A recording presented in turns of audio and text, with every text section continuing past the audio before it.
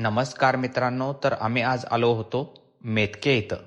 आदमापूर हे मामांचं समाधीस्थळ म्हणून ओळखलं जातं आणि मेतके मूळ क्षेत्र म्हणून. इथं सुद्धा गुरुवार, रविवार आणि अमावस्येला भाविकांची अलोट गर्दी पाहायला मिळते. श्री हलसिद्धनाथ आणि मामांचे एकत्रित मंदिर आपल्याला मेतके इथेच पाहायला मिळते. साल होतं 1932चं.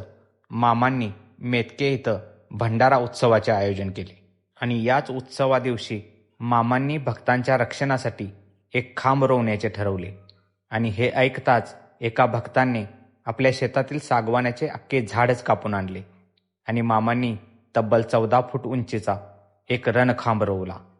तो आजही भक्तांचं रक्षण करण्यासाठी मेतकेत उभा आहे. या खांबावर पंचधातूचे आवरण आहे.